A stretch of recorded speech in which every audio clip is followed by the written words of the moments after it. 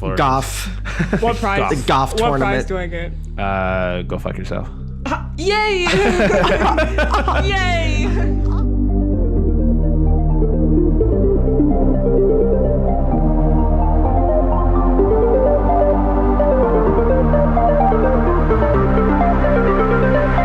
Hello, everybody, and welcome to episode 9 of the Thought Patrol podcast. We are back yet again this week to bring you the latest in background noise, as always. Gaming news, movie news, anime news, anything we find interesting that we want to share with you guys, we'll bring to you guys and bring up that topic. So this week I am joined by Antony. Hello. Caitlin. Hey guys. And your host, Kyle, as well. And maybe later in the episode, we might be joined by Shawn for the main topic. We will see. He's a little bit busy right now. So let's go ahead and just get started. How's everyone's week been? Anyone been playing anything interesting, doing anything interesting, anything you'd like to share? Other than binge watching Little Witch Academia on Netflix, because they just put it on, then no, not really. I just went to Orlando this past week, and there's like this really cool like gaming bar.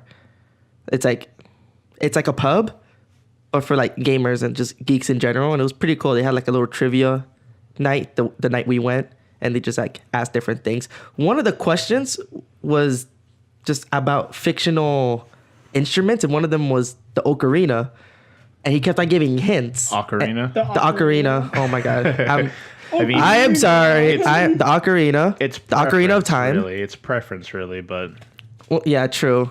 I say ocarina.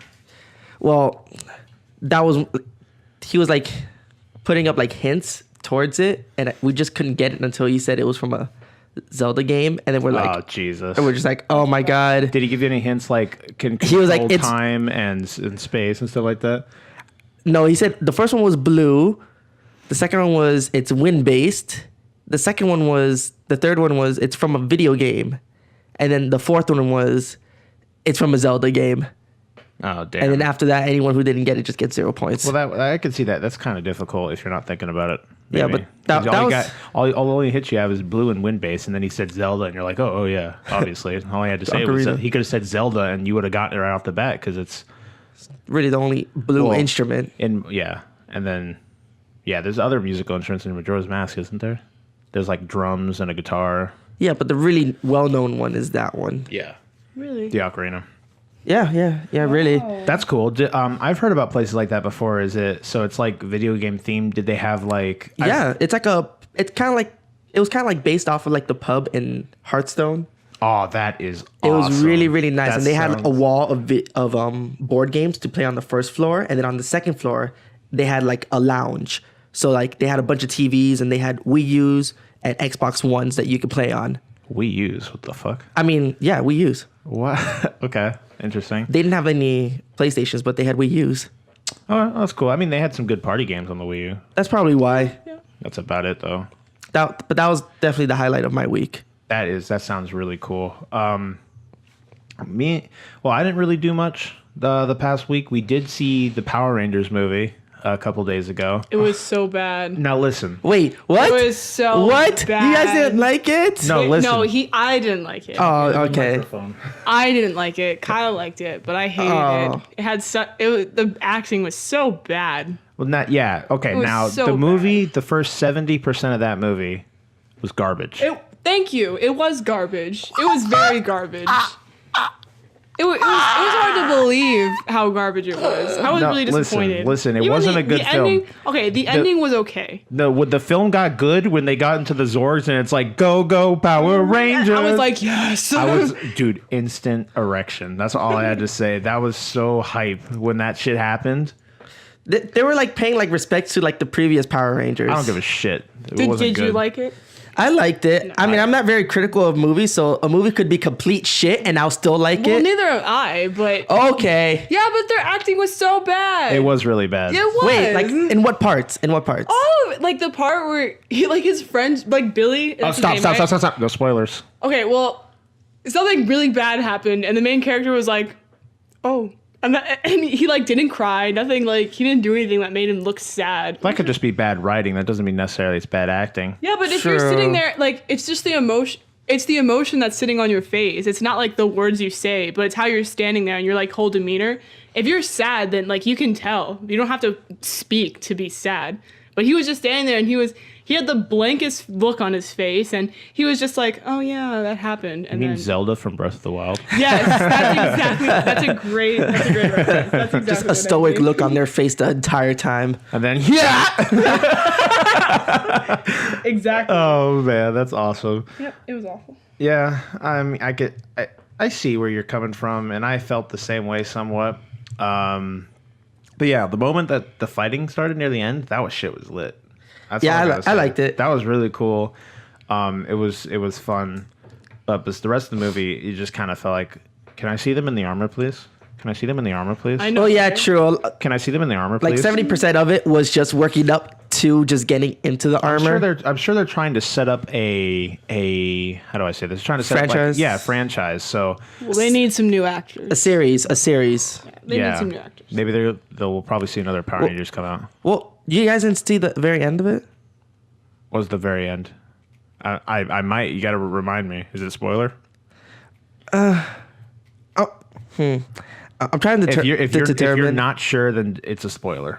So Okay, let's so leave it out. I'll leave it there. But there's something at the end, so stick to the end and watch it. And maybe if you watch the previous Power Rangers, you'll get it's a cameo. Oh, okay. It's a cameo. With who? No. Well, no, I'm not gonna say who because it could be. totally gives it away. It totally okay. gives it away. But there's a cameo at the end, and if you watch the previous Power Rangers, you'll know who it is. It's with That's all I'm gonna say. It's with my butthole. Yeah, it's with Caitlin's My butthole. butthole's the cameo. That'd be It'd be a pretty Okay. lit cameo. No. no. It would not be. Yeah, it would. Reminds me of that Adult Swim show. It was like a talking ass cheeks. And he was a cop. Oh my god, That's what it reminds me of. Adult Swim was my channel. it was my life. Caitlin, talking to the microphone, please. Working with children here. Oh man. I am a child. All right. Okay. Well, Well, I couldn't hear that, Caitlin, because you're not speaking into the mic. she's like looking down at her lap, Okay. not talking into the microphone. Here, how about now? Is that better? Well, why don't I sit on the ball? No. I want to sit on the ball. Just Okay. stop. All right. I'm taller. With 2 chairs and an exercise not. ball as seats. Okay. So, Ken, what about you? Got anything interesting that you want to present? Not really. Every time. Yeah, Well, I didn't do much this week. That's As exactly. always. That's what you said last week. Wow, look at Wow. that. That's exactly what I said last week. I didn't do anything. I made a resume. That was it. Cool. Really? Lit. The life freshly out of high school. Yeah, I made a resume and there was nothing on it. It wasn't very hard to make. Yeah, because you don't have any accolades currently. Exactly. Yep, that's just how it is. The same thing with Welcome mine. to the real world. Hey, up Hey, top. yeah. Oh my god, that was loud. So I think, well, I guess I've been playing a lot of. I recently got the Morrowind update for ESO. How's that look? I mean, it looks like ESO. It's nothing spectacularly pretty, but it's fun. I'm excited to explore a new area. The area is pretty decently large. You get that. I think you get a trial. You get a dungeon. There's a new PvP mode. And all the quests that come with Morrowind, and you get the Warden class. The biggest thing for me was the Warden class because we have this running gag amongst our friends where basically I have like a little cave bear as a non-combative pet. His name is Thomas, and he just doesn't do anything. He like swat at butterflies and stuff like that. But now I have an ultimate that summons a bear that follows me around. So it's now Thomas Jr. and Thomas Sr. and Thomas Sr. kicks ass. So it's so funny, like running around having 2 bears behind me. So I'm enjoying it. I haven't tried the PvP yet. I haven't seen the new dungeons. I had to start all the way back because it's a warden. I started a warden, so I'm back at 1 until I get to 50, and then I'll jump to like my champion rank, which is like 257, 258, something like that. So I have to get back up to 50 first before I could do anything really. So yeah, I'm enjoying it. I'm glad to be back. I've played a shitload of ESO. I don't even know how many hours. I could estimate around 200 to 300. That sounds about right. Which for those out there that are veterans, that's not a lot for what ESO is. So But yeah, still enjoying the game, still finding it fun. I like the Warden. The Warden's really cool. They basically fit into all three categories. They have a DPS tree, a tank tree, and they could heal as well. So they're very supportive, and you could kind of build them how you want without being penalized too heavily by your class, which is really cool. So yeah, I'm enjoying it. So again, welcome everyone to episode 9 of the Thought Patrol podcast. And this week we will be talking about basically our, I'd say, ideas and opinions when it comes to what the difference between a RPG, an ARPG, and a JRPG are, which is basically the how does Western RPGs compare to Eastern RPGs. So we'll be talking a little bit about that and getting into that as our main topic in just a little bit here. So stick around. So we're going to get right into some housekeeping real quick. Obviously, as always, we have our Discord. So if you guys want to come talk to the hosts, chill out with us, and maybe if we ever do a game night or something like that, or one of us is wasted off their ass and wants to do something, I have no idea. We'll be on there. We'll be trying to connect with you guys. My goodness, the description has the link for the Discord. So also, if you like our content, if you have any sort of feedback on what you think about our content, anything you want to see more of, anything you want to see less of, leave a comment. This is the easiest way to communicate with us. Let us know what you think about our content. And if you like it and you want more, go ahead and hit that subscribe and click that bell. And if you're joining us on podcasting services listening in, we do operate mainly on YouTube as of right now. We'll eventually be getting Let's Plays out and stuff like that. So feel free to come over and drop a subscribe on YouTube if you're subscribed on the podcasting services, either iTunes or Google Play. We also have our Twitter, at Thought Patrol PD, and that's about it for the housekeeping. Just getting through all the clerical stuff real quick. Get you guys connected with us if you want to, and we'd love to hear feedback. Feedback is what we're looking for the most right now. We want to hear from you guys. Want to hear what you have to say. So definitely feel free to leave that when you get the chance. So, we have something new for this podcast. We're going to work on bringing in different segments, I'd say, to keep it fresh, adding things. And again, that feedback will be major. So if you have a segment you don't like or have a segment you do like, you'll see more or less of that. We're trying to cater the podcast to you guys. So our first, I guess I'll say segment that we're going to call is... Germany or Florida. So Goff. As eloquently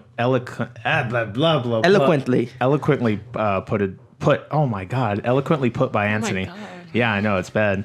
So welcome to our segment, Germany or Florida, where we pull articles off the web of insane caliber and you decide whether we are coming out of Germany or Florida.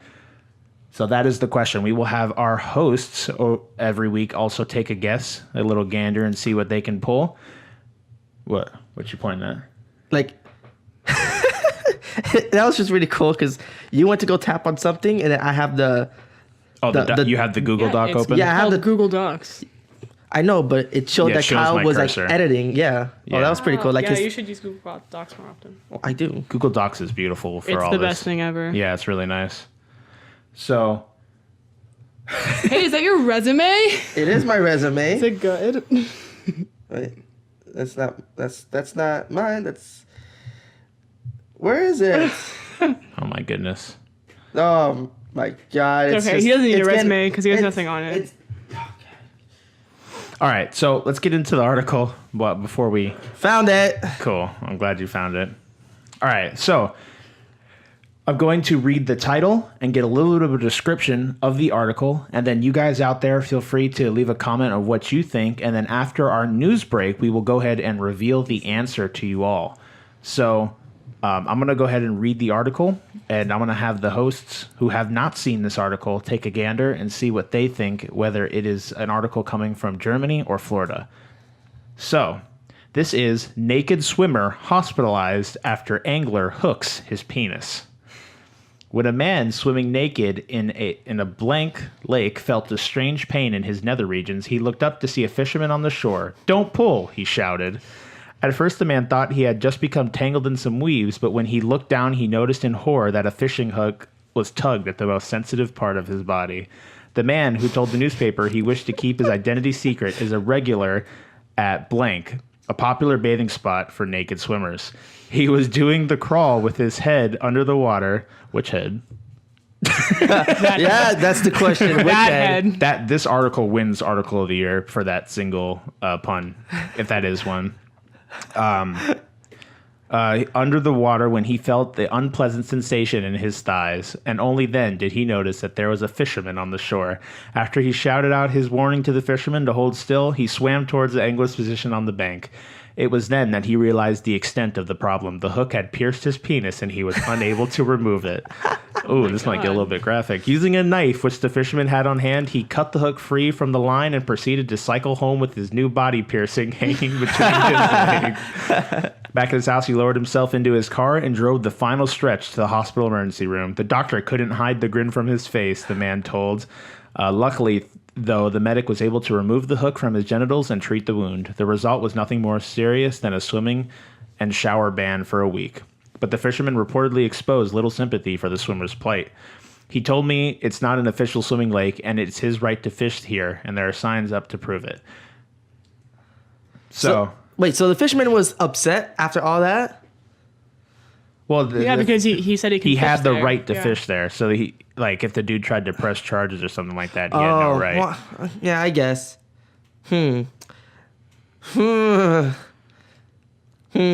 It's Germany. It's Germany. Yeah. Why do you think it's Germany? Because Germans are stupid. Damn. Well, I'm sorry. Did you not? Floridians are pretty stupid too. Floridians are crazy. That's the problem. But who's stupider? Oh no, it's stupid. No, crazy. Crazy. We're both Floridians are crazy. Crazy. And so is Germany. Like, okay, that's fair. This podcast is based in Florida, so we have the right to say that. I don't know if we can't really speak for Germany, but from some of these articles I've seen, I know Germans.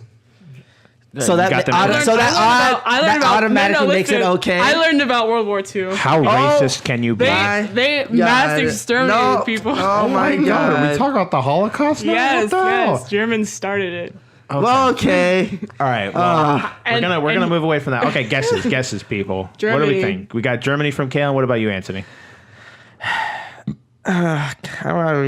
Florida. Wait a minute. I'll bet you $5 it's not. Oh, we're doing bets now too. This is getting serious. Florida. Florida. All Okay. right. All right. You're gonna shake my hand on $5? Huh? Oh man. You're gonna shake my hand on $5? It's an imaginary handshake. A handshake just happened. All you out there listening right now, keep that answer in your head. We will revisit this after the news articles that we go through. So keep that, keep that answer in your head. So after that, let's go ahead and move on to our news section, where we're going to discuss some of the more popular or crazy articles that came out over the past week. And we'll just, shed some light on these.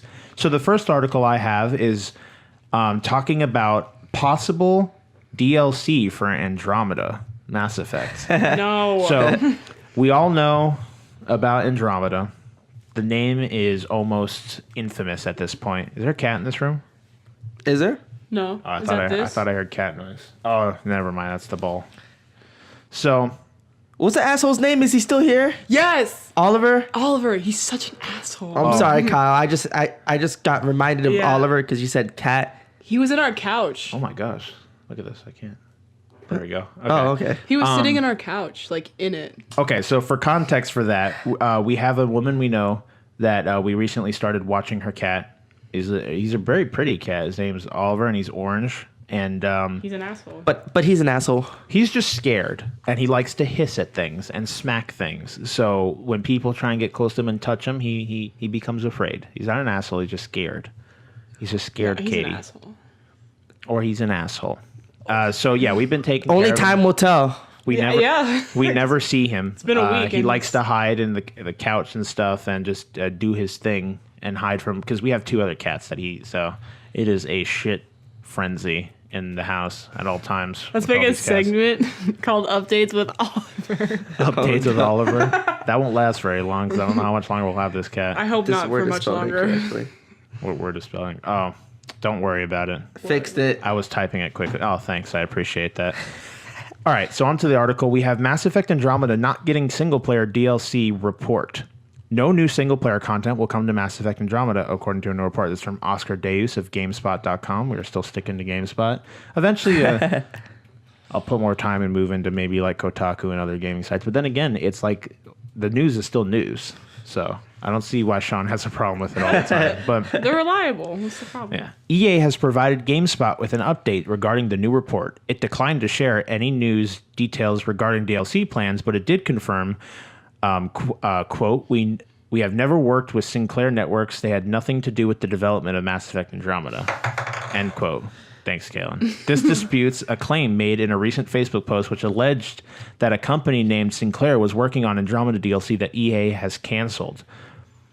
So that has been proved false by EA, and they do not have plans to be working on any sort of DLC for Andromeda, at least not right now. We have heard previously that it did go on hiatus, which basically means there is no work towards future content. They are still working on patching the game, but they are not working on providing us with any new content for the game, at least currently. We do know that Anthem's coming out, which is BioWare's new IP that they have been working on. So they might have full force going towards Anthem to get that as close to perfection as possible before it releases, and putting Mass Effect on the back burners for now.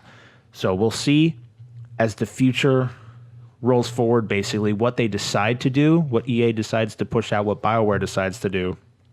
Because as long as they are working on patching it still, I don't see an issue, because don't keep creating content for a game that's not finished. Just forget about it. Just put it in the back of your head. It is. Like it never I happened. put it on the shelf, which means it's not. You know what gonna be this played. game sounds like? You know what Don't this say game it. sounds like? Don't say it. Don't say What does it. it say like, or what does it sound like? No Man's Sky. Oh man, every time. I just cringed. It's not as bad as No Man's Sky. I gotta say that. No. No Man's Sky kind of I liked it until like until you lost all your progress, like yes. 40 Who hours. developed No Man's Sky? They weren't like a big developer. No. but they did pretty good for not being big. Yeah, but if you're like the person who developed Mass Effect, that's a pretty big fail.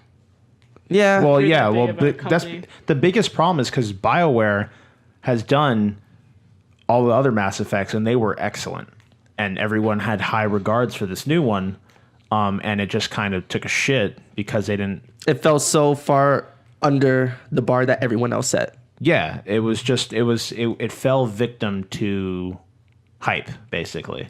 But Yeah, exactly. that's completely understandable. I don't think it was the hype. It was like people need to stop pre-ordering games. Like it's just a bad idea. No Caitlin, more pre-orders. If you're not talking. Yeah, delay. move so I can like let me have my spotlight. All right. Exactly. Oh, Yeah, my pre-orders are a problem and they need to stop goodness. You take turns. because they can release this really We don't small have 4 trailer. microphones.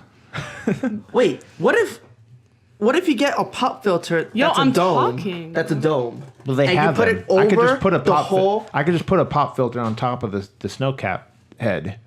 The thing, even then, you still have to talk into it. So you guys just take your. Well, yeah, anyway. but instead of talking to it like this, I could talk it from this Well, side. no, it and not have to records. worry It about records in like a line in front of it. Oh. I have it set to do that, so it does not Oh. recording everything around it, because then it would Oh. record the reverb, and we don't need that. Oh, yeah, you right. Again, professionalism. We like 100. discuss open. Yeah, nothing more to kick you out of a podcast than talking about audio quality in the middle of it. We love you guys. I hope you I love me. have somewhat of a one mutual cares. feeling towards us. So, damn. But yeah. So as I was saying, move so I can have my spotlight. Oh my gosh. Yeah, pre-orders are just such a big problem. It just needs to stop completely. Like, No Man's Sky was a perfect. Like, they can reveal this really small trailer and this really small demo, and it can be awesome. And then everyone will pre-order it, and then it'll gain all this hype. And the game will come out, and it'll be like a piece of garbage because they can do that. Because they've already made all this money. So they don't have to make a good game when they've already made, like, shit tons of money off of just pre-order. Yeah. Like, they have the right. Well, they don't have the right, but they can do that because they've already made all this money off of it.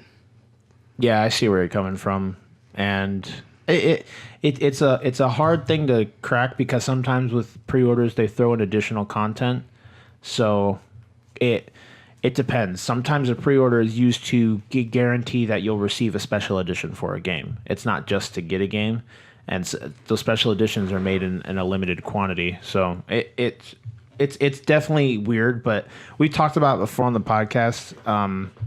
That it's best to wait for reviews at least. Wait till that embargo is dropped, reviews come in, and then go from there, and then vote with your wallet. If you see that something is not following a way that you'd like or something like that, then just don't buy it.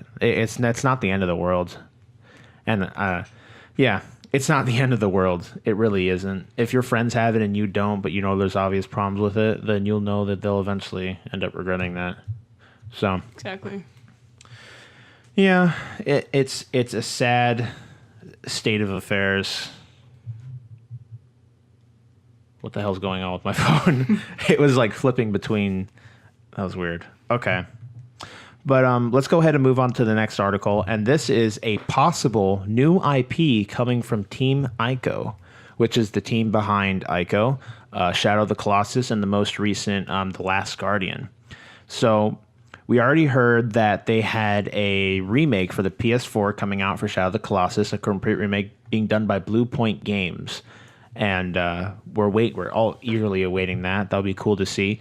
But they also have hints towards a new project. This comes from Alex Newhouse of GameSpot. And it reads, Fumito Ueda. Oh, advertisement. Fumito Ueda is famous for his work on Ico and Shadow of the Colossus. But his most recent game, The Last Guardian, is notorious for being released 7.5 years after its announcement. For his next game, Ueda hopes that the development cycle will be much quicker. In an interview with Eurogamer, Ueda gave a few small details about his next project. Ueda explained that he's changing the way that he progresses through development. In the past, Ueda started work by creating a tone-setting short film. Isn't that interesting? I like short films. So he would make a short film But in order to start his development progress for a video game, he would create a film to set the tone. Wait. Isn't that interesting? Wait. I'd never heard of that before. That sounds super cool. What do you mean in tone setting? Something to kind of build the idea of how he wants the world to look like or be like, or how he wants For the game. developers. Yeah, how he wants the game to so feel. it's not for us. It's for the development team. Yeah, it's for the developmental cycle. Oh, that's actually really nice. Isn't that cool? I've never heard of that before. If I was a developer and someone gave me a short film, it's like, okay, this is somewhat how I want this, then it would help a lot than just like someone giving me a paper and just be like, okay, read this, figure it out. Yeah, it's really cool, and it would do an excellent job of setting the tone. I could see how that would work. But because of this, you could also see why his games are released so long after they've been announced. 7.5 years is a long time But was for it video worth games. it? The Last Guardian, I've heard, is a very good game. I've heard people complain about the what's the name of the animal that follows you around? Does anyone know? I don't remember. No. Is it an actual animal? No, it's the name, just whatever he is named. I think it's Trico. I think it is Trico. I think it's Trico. Yeah, and I'm surprised Nintendo didn't jump on that shit. Nintendo's all about suing at the first possible response. So, however, for this new project, he will begin by creating a working prototype first, which makes more sense. It would speed up the developmental cycle, and if you do the prototype well enough, you can establish tone that way as well. You don't need to make a movie. But I can see why he would do that, and that's why the Ico games are so cinematic and cool. So they definitely feel like if you think about it, the Team Ico games definitely feel like movies that you're playing through. They do. So that's really cool. So he going back to the article, quote coming from Ueda, I would like to finish the game as soon as quickly possible. He also explained that many problems caused the Last Guardian development to take a very long time. Finally, when asked whether his new game would resemble his other projects, he stated that he intended the game to be very different, but it might end up similar anyways. Interesting. He explained, quote, the last 3 games we created, I didn't intend to be similar to each other. When I start to create a game, I always think we will create something different. But the result was that in the 3 games, there are some similarities. There's a moment when one game links with another, but I didn't put it in at the start. It happens in the process. So now I think I'm creating something very different, but at the end result, I can't say. So definitely exciting to see some more stuff coming out of Team ICO. I think they do an excellent job of making their games. Let's hope it doesn't take over half a decade to get this new one. Yeah, true. And I also wonder what he means by the... again, it's also crazy to think that he intends for these games to come out differently, but he has these connections, such as the connection between ICO and Shadow of the Colossus and stuff, and he does them without even recognizing that in the middle of in the developmental process, which is interesting. Wait, so the games are completely different games, but he connects them later on? Well, he or are they in the says that same universe? he starts... Well, they a lot of people believe that ICO and Shadow of the Colossus are in the same universe. But coming from his mouth, he does not intend them to be that way, but they ended up connecting. So they technically are considered in the same universe. It's really weird. Okay. Yeah, but it's just interesting to see what's going through the mindset of a developer as he creates his game. So definitely interesting. Again, we're excited to see what will be coming next out of Ueda. I was trying to think of his name. So, how about so you guys don't have to listen to my raspy ass voice the whole hour. How about we're gonna switch it up. Antony, you want to read the next article, which is Sony pulls world's fastest platinum trophy? Oh no, I'm reading. Be prepared. They're a great reading level right here. All right, and then Caitlin, you'll read the next article. I'm kidding. So don't just paraphrase. Keep it somewhat. You're not reading the entire article. Just paraphrase it. Try to not make so much noise. Big ass. At least someone's trying. Oh, shade. Shade. That was a shade at everyone. Sony pulls world's fastest platinum trophy. What does that mean? They removed it from the PSN store. What do you mean? So it's like, I think it's that, I don't know if it's that mayonnaise game, but there's like a game where you tap a jar of mayonnaise and you can get the platinum within like an hour of playing the game. Oh, that's wonderful. Because all you gotta do is tap the mayonnaise jar. And so they've removed it so it's not easy to maintain that platinum. But I don't know if it's that mayonnaise game. Wait, but why take out world's fastest platinum trophy? Then Because the platinum's designed to be something that's not easy to acquire. Because you have to acquire all But the what if it's achievements. just a gag? Okay, I'm just gonna read. Read just shit. A game that promised the world's fastest platinum trophy has been pulled from the PlayStation Store. According to the title's creator... What? Wait. Just do 1,000 top rated. That's the name of it. Why is there 5 stars, though? Just do it. Because Wait. because it's designed to get a platinum as fast as possible. Wait, why is... Just read, Antony. Bro. Okay. I had put faith in you to do this. 5 stars, Thank you. 1,000 top rated is the... A tile slide. Oh my god. See, I told you guys this is going to go south real fast. Continue. Top rated is a tile sliding puzzle game whose developer claimed you could earn its platinum trophy under 20 minutes. That's crazy. Now, however, Sony has apparently pulled the game from PSN.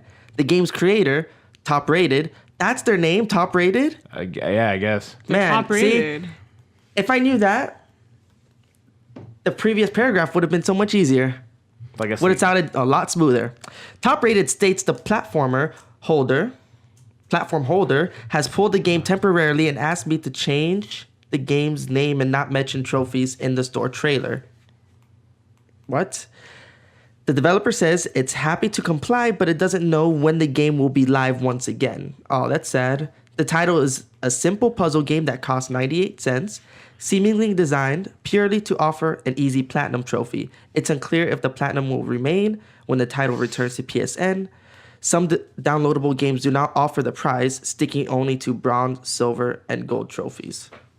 Oh, that's kind of sad. Yeah. Do you lose the platinum if you already No, most had likely it? not. Probably not. Oh, that'd be really sad. Like, if I lost that platinum, man.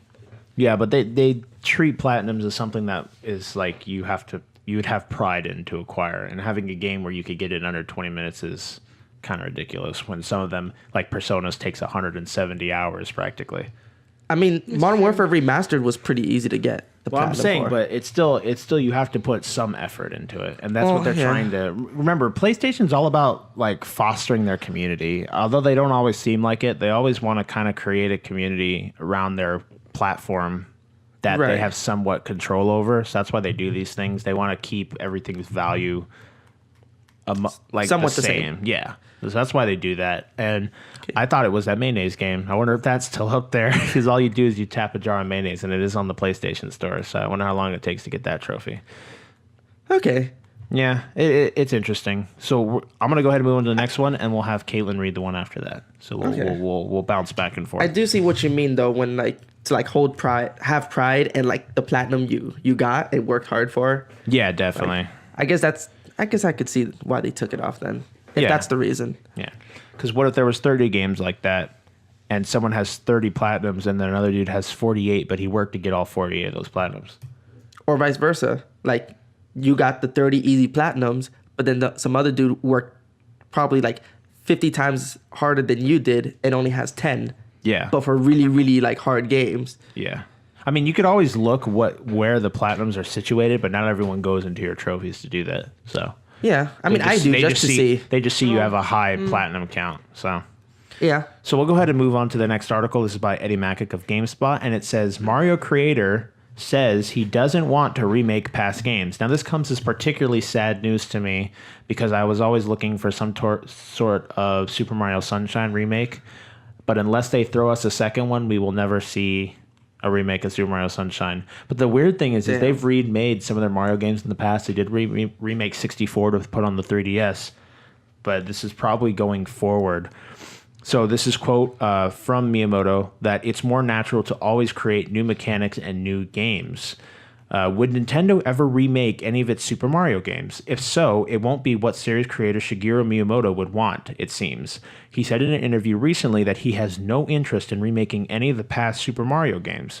He wants to look forward instead. Quote, I don't really feel like I want to remake any of them, he told IGN. Quote, it's more natural to always create new mechanics and new games. Super Mario remakes are not totally new for the Nintendo, as the DS game Super Mario 64 DS was a remake of sorts of the classic Nintendo 64 title. The next Super Mario game is Super Mario Odyssey, which launches in October from the Nintendo Switch. So... Wait, is Odyssey the one that you can throw? Odyssey's the hat. Okay. It's the only Mario game on the Switch. Oh, okay. Yeah. Really? Yes. Really. Huh. So, Mario Kart. Well, I mean, like a platforming Mario game. Well, you gotta be more specific. Well, if you put it that way, it is true. Thank you.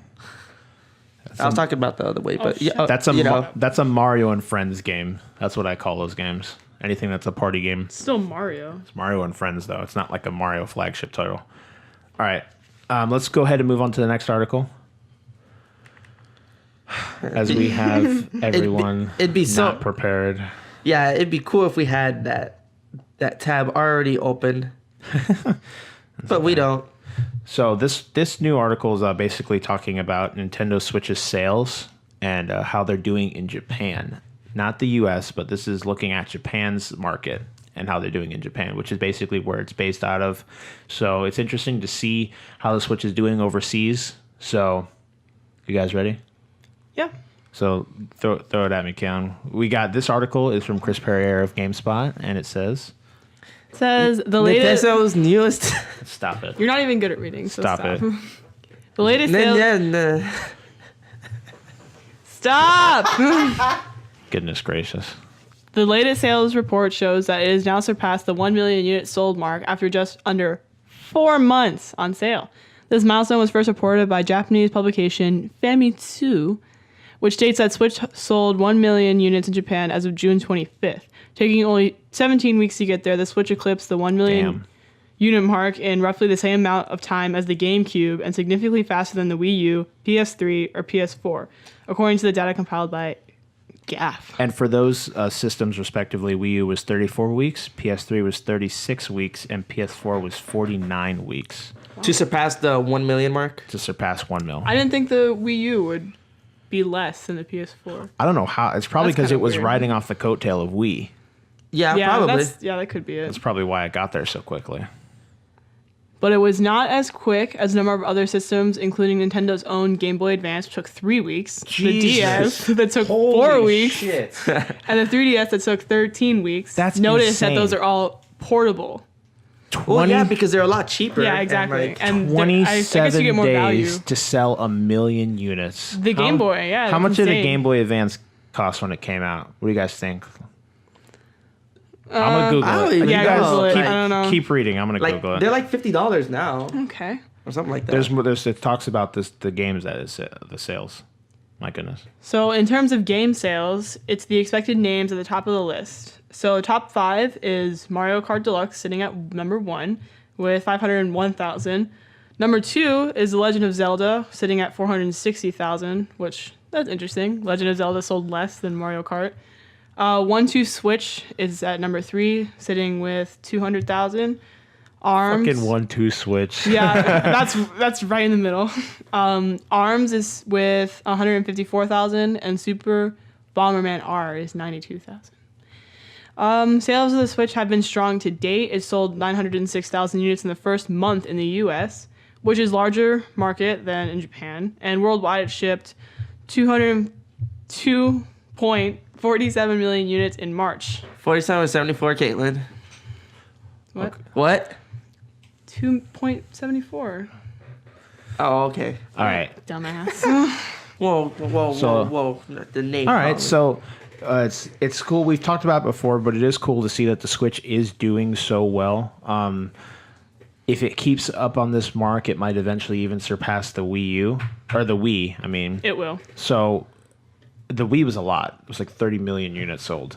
So we'll see what happens. I'm excited because the more people that have a Switch, the more people I could run into that have a Switch, which would be cool.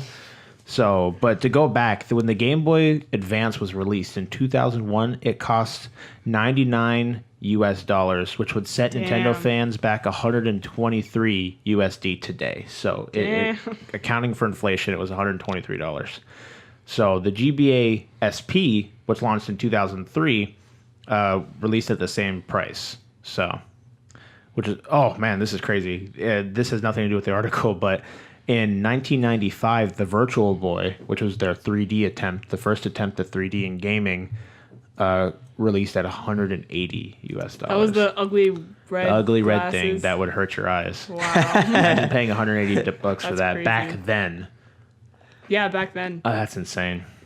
It's so interesting that Nintendo has always been ahead of the 3D market. Yeah, it is interesting. They've always been really focused on 3D. Yeah, it is weird. What are you doing? I like that observation. Stop clicking your tongue. Stop it. All right. So we're going to go ahead and move on to the next article. And this is basically they were selling a Doom 2 floppy disk.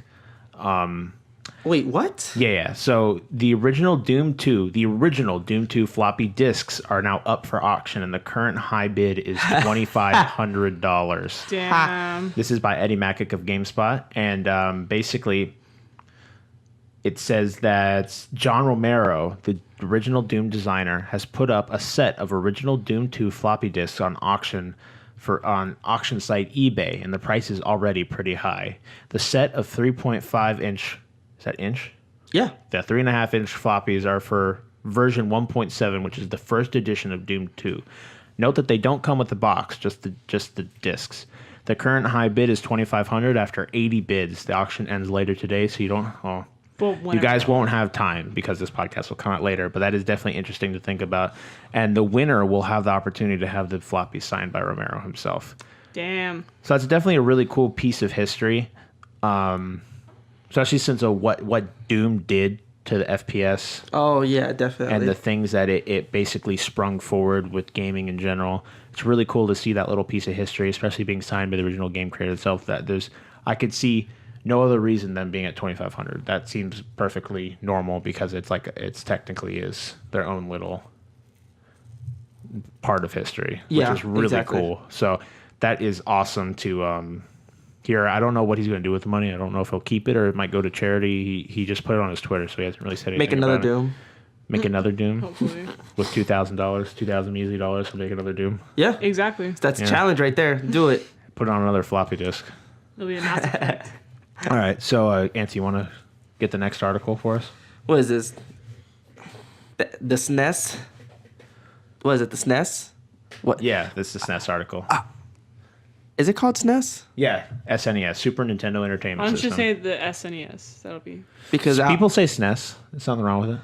well, I just say SNES because that's just what I, I feel see like I when need I to say Gesundheit after someone says SNES. SNES. SNES. SNES. SNES. You gotta be Probably angry. looked at like a Wait, retard in public. you see, You did. You did. just got excited a little here because I just actually read the title and I just looked at SNES. Okay, we'll read the title for the viewers.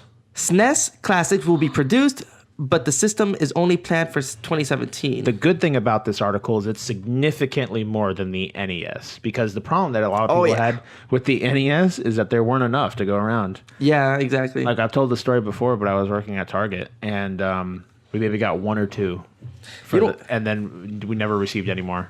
It's crazy. Hopefully they make the same mistake again. I'll just buy 10, upprice it, and then sell You're it one back. of those assholes. Oh, you're one of those assholes. You're one of huh? those assholes, huh? You heard it here first. No. You heard me in You're another a video. scalping piece of shit. No. You heard. I think it was like episode like 5 Okay. or like All 6 right, or something all like right. that. Read the article. Nintendo knows see. that supply was a major issue for the NES Classic Edition, and it's seemingly looking to address that with newly announced SNES Classic Edition. And with that in mind, the company has delivered some good and bad news. On the bright side, more systems will make it to the market than last time around. And quote, we aren't providing specific numbers, but we will produce significantly more units of SNES Classic Edition than we did of the NES Classic Edition, Nintendo said in a statement shared with GameSpot. Hey, GameSpot. However, just as the NES Classic Edition ended up being available for Just a sponsor limited us time already. before it was discontinued, Nintendo's current plans are only to offer it this year. That's kind of like a letdown. They did this. We're halfway the through the year NES. already. The NES. Oh shit! Yeah. Oh, you're right. Yeah. What? I didn't even think about that. It's July, so we Yeah. only got 6 months, Damn. and they plan on making more in just 6 months. We'll see what they do. All right. It wouldn't be the first time Nintendo has let us down. Isn't that the truth? All right. It says that the SNES Classic Edition is currently planned to ship from September 29th. What? September 29th? End to of the year. Oh my God. What? That is so much BS. They want So their we have like 2 months that they're gonna Exactly. ship, So that they're gonna it is supply going to be a mad dash for these. I hope People you be realize killing this. each other in the streets. It's like Black Friday. It's all gonna, over again. it is gonna be worse than Black It's Friday. gonna be Black Friday times 10 for 2 months. Everyone, Man. hide your We're kids, gonna hide like your be wife. staking out. Man, what? Wait, like, what? Look it up really stuff. quick. What day is September 29th? What day is September 29th? Yeah, what day of the week? Okay, I What got day you. of the week does it fall on? Because if it's a Okay. Friday, we might as well call that Friday Red Friday after they come out with the sales. September 29th is a Friday. Oh, it's gonna be Red Friday, guys. It's gonna be a massacre. That's You heard it awesome. here first. It will go Remember. down in history as the day of infamy. That's crazy though. That is. Why do you think they're doing that though? Because they're Nintendo want and they the don't give a money. shit about us. They just want our money. They don't care how many systems we have or don't have. They just want to make what they can, and then, well, in all common, if they come back to it later, it will build more of a demand. It's a good business tactic, to say the least. But you piss off a lot of people at the same time, so it's a bad PR tactic. So you have to wage the good and the bad. We'll see how it backfires on this time. Yeah. Knowing Nintendo, man. Yeah, true. Nintendo may have a better idea of how much demand to anticipate this time around, but it's still no guarantee that we won't see a repeat of the NES Classic. And there hasn't been any news on when the pre-order dates will start, and it's gonna feature 21 games, including one that's never actually released in Star Fox 2. Cool. So that's probably gonna increase So- the demand for it. So you said it's coming out with 21 games. Yeah. So instead of the 30 that was on the NES, Yeah, exactly. I mean, I don't know if it's 21. It said 21, including one for Star Fox 2. So I don't know if that counts as 22 Here, or they mean Well, no. The other one is Star Fox 2 is included in it. I'm gonna start reading the next article. Do me a favor, Antony. Look up when pre-orders start for the SNES. No, just so we could give out that information to our listeners. Oh, yeah. In case you guys want to look into it, we'll give you the date that pre-orders start for the SNES. I'm going to go ahead and go on to the next article, which is Bungie reveals some of Destiny 2's rewards for returning Destiny players. Meanwhile, the server queues have been re-enabled, and the final Iron Banner Trials of Osiris events are coming soon. That's for original Destiny. This is by Chris Perry of GameSpot. Although you can carry over your items and skills from Destiny to Destiny 2, your looks will transfer, and you may be entitled to some exclusive rewards. Bungie has detailed what some of these look like, including a few you still have a chance to earn. Bungie's most recent blog post explains that the studio is hesitant to reveal many of Destiny 2's acknowledgments of your accomplishments in the original Destiny. It is, however, showing off some of the emblems that you can receive. It better not just fucking be emblems, I swear to God. If I just get emblems, I'm going to strangle somebody. Yeah, for real. Because I put 3 years. Way too much. Put 3 years into that game, and if I'm just receiving emblems for my time, there will be hell to pay. That's all I gotta say. They're gonna receive an angry email. A number of Destiny, yeah, and a picture of my asshole. Stop. This is what you guys are. Oh man, so. A number of Destiny 2 dependent emblems are ones that you've already missed the chance to earn, such as completing a moment of triumph during the game's first year or completing all 8 during year 2. 3 others can still be obtained, but the window for doing so is closing. The cutoff for earning these awards is August 1st. So everyone out there that is still playing Destiny, the few and bold that are still out there trying to do stuff, you got till August 1st to finish everything before the cutoff date goes. So you can bring try and get as much as you can into the second Destiny. Among the things that we know you can still do, you could reach rank 2 and rank 7 in the Age of Triumph record book and earn a Grimoire score of more than 5,000, these will directly affect what bonuses you receive in Destiny 2. In addition to showing up in orbit, emblems are now displayed on the character as a bar along the top of the screen as pictured. Nice. Hey, you can see what the Destiny 1 unlocked emblems look like in the gallery above. Man, I just really fucked that up really bad. So August 1st is also the date of the final Iron Banner event in Destiny 1, while August 11th will bring the final Trials of Osiris. And the game has already received its final gameplay changes. So Destiny 1 will be officially done on August the 11th. Wait, they're gonna close the servers on August 11th? No. Are you not listening to me? They're not No, not at all. I'm sorry. It will no longer be touched. God damn it. Sorry. It will no longer be touched after August the 11th. So they won't be Doing anything for it. okay. No changes to it. No additional events. It will be dead, I guess you could say. So they won't be doing. So wait, no more Iron Banner, nothing like that. No, that's what I just said. Trials of Osiris is the last Trials of Osiris is on the 11th. The last Iron Banner is on the 1st of August. I gotta hop on that and play my last, just rage-worthy games, and Yeah. I definitely gotta. We get have on the that. Destiny 2 beta coming up. It's in July. I think it's the 11th or 12th it starts. Something like that, yeah. We are in July, but it's coming in like a week or two. We'll have the Destiny 2 beta up. So I still have not received my code. Well, I received my code, actually. Never mind. I signed up. I'm stupid. Wait, you signed up online? Yeah, because you receive a code for pre-ordering, and then that code you need to sign up online with. Oh, no, I just went into GameStop and pre-ordered it, and they just gave it to me on the receipt. Now I'm just keeping the receipt safe. The receipt gave you a code, though, right? Yeah. That code, you have to go online and sign in and put that code in to apply for get yourself into the beta. Oh, really? That's what the code's for. Can I still do that? Yeah. Okay. You need to make sure you do that. And everyone that you know, all you out there, if you have a code and you have not done a beta before, you need to go online to the website that code is connected to, sign in with your account, connect your whatever you connected to, whatever you play, and make sure you register for the beta. Even though it's a closed, because it's a closed beta, you have to register for it. It's not an open beta. Okay. Then the only way you get that code is by pre-ordering. I think you guys should still have time. So I recommend doing that, especially if you pre-ordered the game, because then... Because I pre-ordered that a long time ago. Yeah, I hope I'm not too late. No, I don't think so. I'm going to be so bummed out. I'll probably cry. I honestly will cry. And I'll record it and put it on YouTube. All right. So that's cool. I'm excited to see. I'm hyped for the Destiny 2 beta. What about you, Antony? You excited? Oh my god, I'm just excited for the game in general. Like, Destiny was just so good, and we put so much time into it. Yeah. And it was just so much fun, especially like with friends. Yeah. I'm just ready for more Destiny. I'm ready for more Destiny. Yeah. I don't care if it's a Newer sequel or Destiny. not. I'm just ready for more Destiny. Yeah, exactly.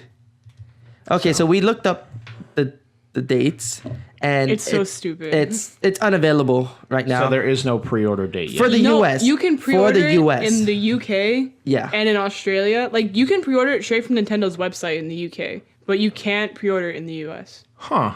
That's interesting. Yes. So you don't have a date yet for the pre-order? Not for the US. The no. US. So what, do you have a UK date? Yeah. Pull up the UK. Any dates you have, let me get them and I'll... Oh, wait a minute. I don't. It doesn't Oh, have I guess any it's just dates. unavailable Everywhere. everywhere. Pre-orders are not up yet. So Yeah. you guys got to keep a lookout for that if you want to get your hands on one, because they will go fast. I can see them going in within an hour. They said that if you're really on the lookout for it, you can sign up for notifications on like Amazon, and then it'll notify you when they have stock. Is that me or you? Okay. So like Caitlin said, I recommend going on your Amazon account or making one, and you could sign up for notifications. They'll send you an email.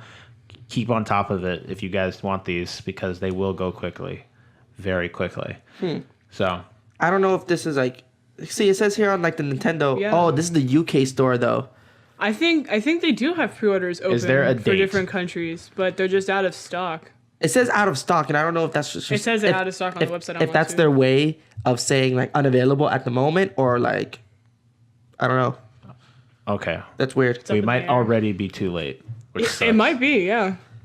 Wow. Well, It's hard to tell because sorry guys, we're recording this on July 1st, so we might have missed that date. oh yeah, Rip. At least for the UK. It's not available in the US yet. yeah. So if you're in the US, They Keep a just said, lookout. "Fuck keep you." a lookout. Yeah. All right. So what we're going to do now, we're going to move on to the next article. And this is talking about the new Overwatch PTR update, which is currently out. It's actually been out for a bit, as is bringing big changes to loot boxes and highlights. So this is Alex Newhouse of GameSpot. And a new Overwatch PTR update is out today, and it includes a big new patch that's currently in development. It focuses on overhauling the loot boxes and highlight systems, but it also includes some other quality of life improvements and bug fixes. One of the biggest changes that arrives in the update is to loot boxes, which should now produce considerably fewer duplicate items. Thank God, that's all I got before. It sucked, and I'm glad they're changing it. And also, I hope they're. You said highlights, so I'm really hoping that they change the fact that if you're Torbjorn and you die and your turret gets like 5 kills, it doesn't just focus on like your dead body. Your dead corpse. Yeah, that's funny. So the loot boxes will now produce considerably fewer items, and this also means that you will not be getting credits as compensation for duplicate items as frequently. Which Wait, well that's. So I don't it's know a if that's a give and plus take. or a minus. Blizzard now. anticipated this as an increase in the amount of credits given out as loot box rewards. So, in addition, now if you get like a legendary credit drop, It'll give you more. it gives you more than like 350, which is a third of a fucking skin, practically. Well, I got those a lot, so I'm kind of glad because somehow they I have always their got own. them. They have their own rarity as well. Like Yeah. you can get you could get a blue one, a green one, a purple one. I think you can only get a. I don't think there's any common ones. I think it's purple, gold, and the one before purple, whatever that one is. Orange? There is no orange. There's orange. Come on now. Gold. That's gold. That's gold? Yeah, that's legendary. That's gold. Oh, okay. Gold, purple. Whatever one's before And blue. that. I think it's blue. Yeah, blue. In addition, the highlight system has been reworked to allow players to save the videos permanently. The current top 5 setup for highlights is retained, but they'll be kept for 24 hours instead of disappearing if you exit from a match. There's also now a recently captured section which lets you manually tag moments during a match to be saved as highlights. Blizzard talked a lot more about these changes this week, and you could read it all in their patch notes online. They're also making changes to custom games in the game browser for filtering Basically stuff like that, general bug fixes with heroes, maps, and just the user interface. So again, if you want the full patch notes, we're not going to read them all because there's a shitload of them. They'll be on Blizzard's website. You could find everything detailed in this update there. So we're going to move on to, we have 2 more articles, and then we'll start our main topic. And I'm going to have my sister, I keep calling you, I'm going to have Caitlin read. Thanks. You're welcome. It's the same thing. I have more value than being your sister. Damn. Thank you very much. Maybe if you the talk, same maybe if thing. you actually talk It's into the not the s- microphone. It's the Wow. same thing. It's not the same It is the same thing. All right, so pull up the Xbox 3 games. Do you have that? Wait, what? Go back to the docs. Goodness gracious. If I'm not on top of it, no one else is. Right there. I'm Right just there? gonna be a grumpy old man. I'm replacing Shawn as the grumpy old man this time. I could hear him cursing me. Sean's better at being a grumpy old man than you. Yeah, you got Damn. a point. Shawn, we miss you. I when miss you, Sean. When he listens to this, I'm gonna get an earful from him because I call him a grumpy old man. He's not a grumpy. Actually, he is. Oh shit. I love you, Shawn. If you're listening to this, I love you. Yeah, I missed you too.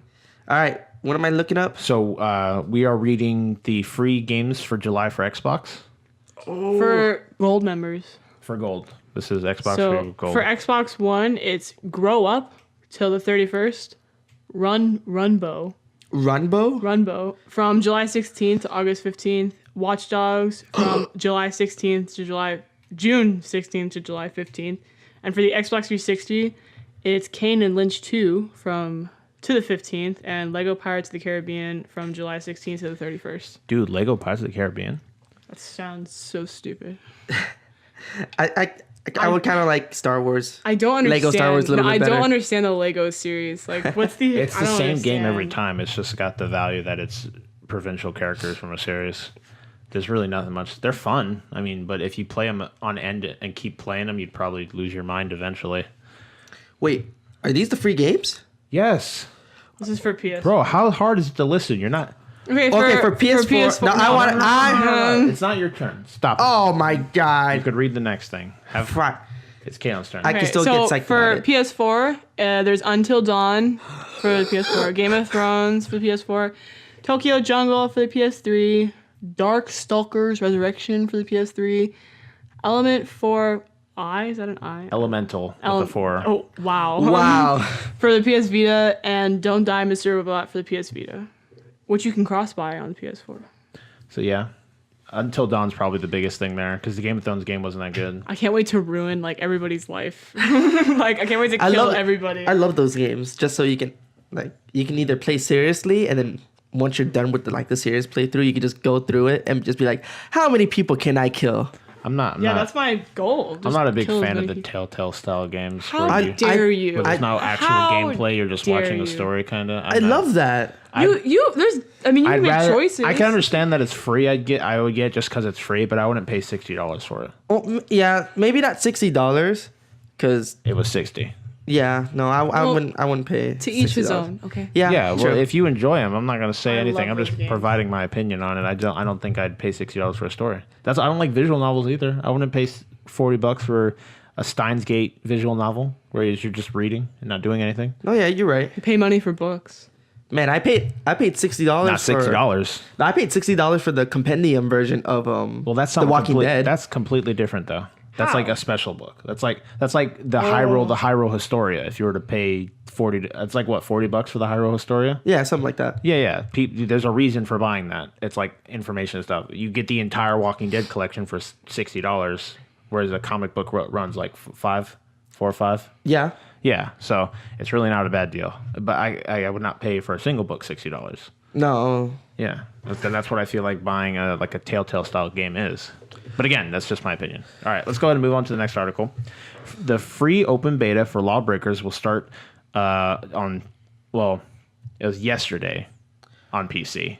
But What date? Like the date? June 30th. Okay, June 30th. For all you out there. So it is currently running by the time you hear this, if you do hear it when we put it out.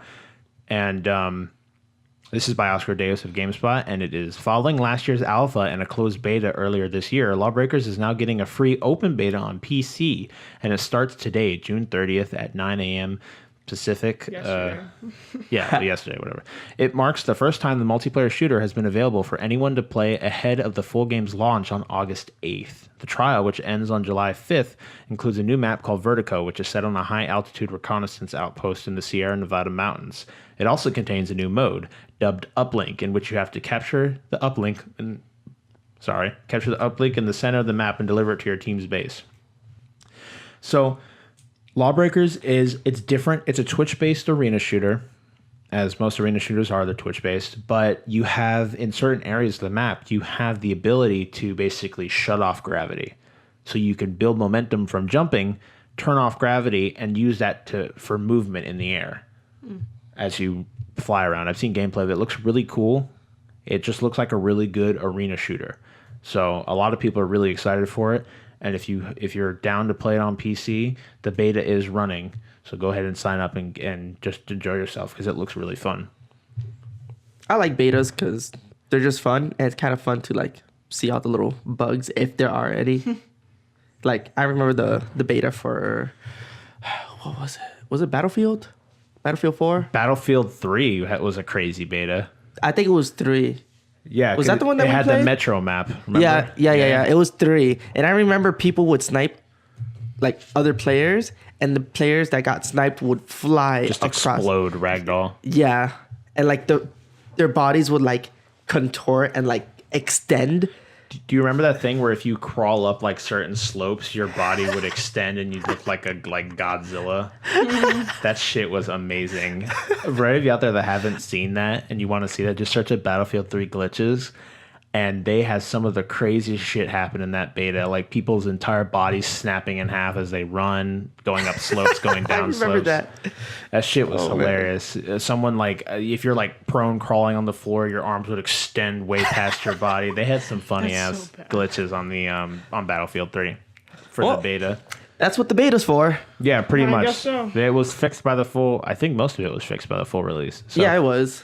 I'm a big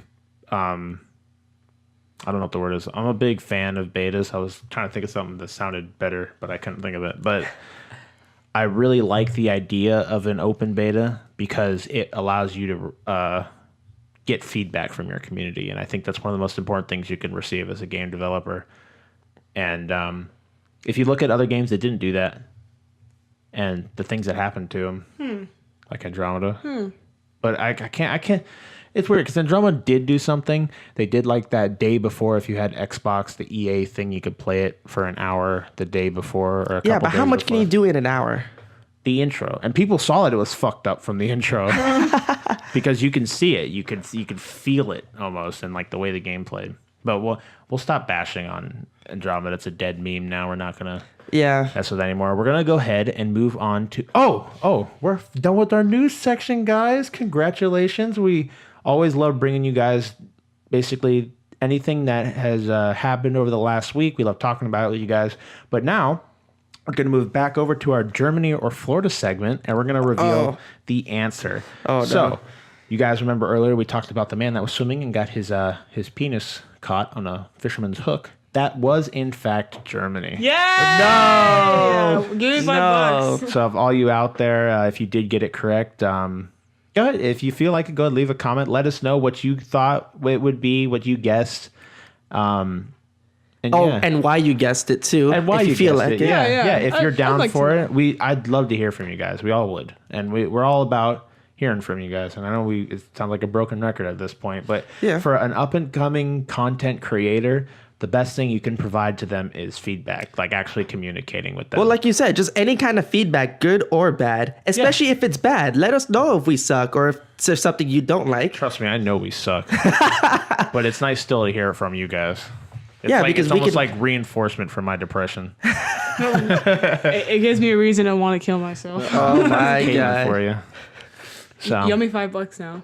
It was an imaginary handshake, so never you get Bullshit. imaginary $5. I watched it. They never How shook on it. dare you. Give her Monopoly money. Yeah, I will. I'm gonna go home and give you Monopoly I am money. triggered So right yeah, now. that was our new section. Smection. Smection. So that was our new section, Germany or Florida. We're going to continue to bring that out to you guys as we every week. We'll find some kind of crazy ass article from either Germany or Florida, and We'll see. We'll Very, see. very We'll- specific. I want places. to see if we can get like some kind of streak going. Let's see if Caitlin gets it right next week too, and we'll see. I yeah? will. We should keep a tally. Let's get a big ass whiteboard in here and see who wins the most Germany or Florida. Golf.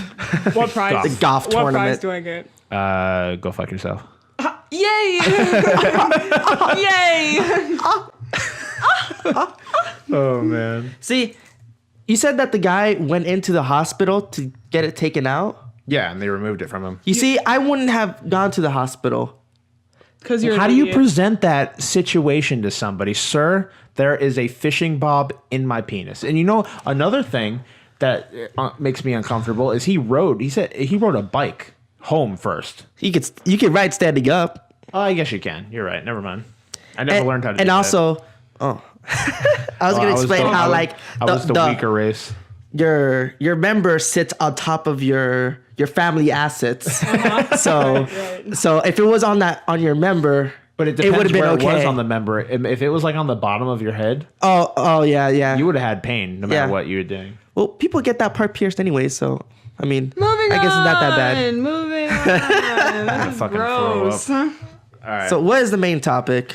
Our main topic for this week, we're going to be talking about our opinions on what we've seen as gaming has developed on the word RPG, the differences between Western and Eastern RPGs, and what we think constitutes each. So I have some notes here I'm going to run down. We're going to basically present the information to everybody, and we'll discuss what we think these mean. And the first thing I want to start with is this is obviously... I will present this news. Some of it may be generalizations, and I will discuss when they are, because not everything fits into one category. So I'm going to refer to Western RPGs as ARPGs, action RPGs, and Eastern as JRPGs, just Japanese RPGs. So as I present this information, some of it will be generalization, but there's always outliers to everything. So we'll definitely, we'll bring it up. We'll talk about it. So, what's going on over there? We have a Google search. Yeah, no, just Okay. looking at the So- different kinds of RPGs. Okay, I'll present what I have in notes, and we'll all discuss it as a group. So, the first thing I want to present is the cultural difference we have. So the difference between Western mindsets when it comes to gaming and Eastern mindsets when it comes to gaming, and me and Shawn have discussed this before.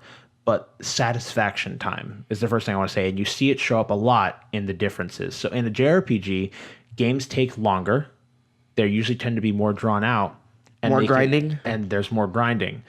But and in a Western RPG, again, we're going to refer to Western ARPG, Eastern JRPG for the rest of the podcast. So I don't have to say it and waste time. So with a JRPG, there's grinding, there's time, they usually take very long to complete, and it becomes very grating on some people with the mindset of a Western RPG. Western RPGs, or ARPGs, goddamn, I gotta get used to it. ARPGs are all about instant gratification. You have cool combat, you have level ups and dings, although you have that in JRPGs as well, but you have, we'll mainly refer to the two titans of each in their respective countries, and where JRPG, usually the titan falls to Final Fantasy, and in the ARPG category, the titan usually falls to Skyrim. So we'll refer to those to keep common ground when we're comparing. And again, there's always outliers, which I'll bring up later. But when you look at Skyrim, right, there's very minimal grinding in Skyrim, and the satisfaction rate is quick. You ding relatively quickly. Battles do not take long. Usually it's anywhere from a couple of swings, and when you fight a boss, it could take anywhere from 15 to 30 seconds to kill a boss, right? Yeah. Items are rarely ever crafted. They can be received from drops. And as you progress through the game, usually skills are created, or you get skills instantly. You put points in for skills, and then they're usually, again, there's always outliers, but there's not always a focus on skill allotment or attribute allotment. Whereas in JRPGs, you have turn-by-turn based combat. Now, also, as we discussed this, we're not saying either is better than the other.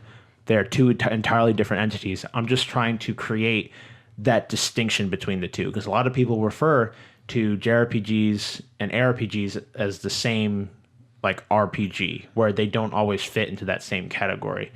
So with a JRPG, you have turn-by-turn based combat, you have grinding to receive items, usually intricate crafting systems, and long, lengthy stories that can easily become grinding on people that don't have the proper mindset for it. A lot of times, if you see someone go into, and I've had it happen to me with Final Fantasy before, I've gone to play a game, think it'd be done in 40 to 50 hours, and ends up taking 100, 120, and I'm like, man, this shit gets boring. And there's nothing wrong with turn-based combat. It's just you have to have that mindset and that strategy around it. So that's kind of that satisfaction time. It's kind of like what I've kind of thought about. But when it comes to, let's look at what defines a JRPG before we continue. What defines an ARPG, and what defines an RPG in general? What are categories of the three? And again, so for looking at a JRPG, right? You usually have a character that's been pre-created and pre-designed, multiple characters, and a story that's been created, told through these characters, right? If you look at Persona, Final Fantasy, Xenoblade Chronicles series, they're always characters that are created. You are given a main character that usually has a name and a distinct look to them, right? Right. And they go through their story, they go with their comrades and do things together. And then when it comes to an action RPG, again, this isn't always, there's outliers, but we're going to refer to Final Fantasy and Skyrim when we talk about this. Skyrim, you are given a blank slate that you assume the position of, right? The ARPG, they both are built around immersion, but you have, for an ARPG, the immersion is based on putting you in the character's shoes through gameplay and not always perspective, like how you view the world, but it's usually through the gameplay. That's how you assume that position. Whereas a JRPG, you assume that immersion through characters and the world that they've built in the story. And around that character. Around those characters. You're stepping into a world designed to feel lived in. And again, I might say it 1,000 times, but there's not always the case for both sides. The two genres often clash because they fit into the same arcing genre. So sometimes they'll take inspiration from one another. Oh man, it's a lot of talking. So we're gonna go around the table, and we're gonna go. What are your guys, when you think of the word JRPG? What comes to your mind? The first thing that pops into your head. And I'm going to JRPG or ARPG? JRPG. We're going to start with JRPG, and we'll go to ARPG, and then we'll go to RPG. And I'm going to have you guys basically present, when you think of that word, what's the first thing that pops into your mind? And then I'll have Antony go first. Final Fantasy 7. Okay. Specifically. Now, what about Final Fantasy 7 makes you think JRPG? The turn base. So you think that's like the biggest defining factor? Yeah, I think because now a lot of games are turn based. It's mostly just sticks to our JRPGs mainly. Yeah, but you again. Well, at least for me, from my experience. Yeah. When I hear JRPG, I'm expecting a turn based game, but that's just me.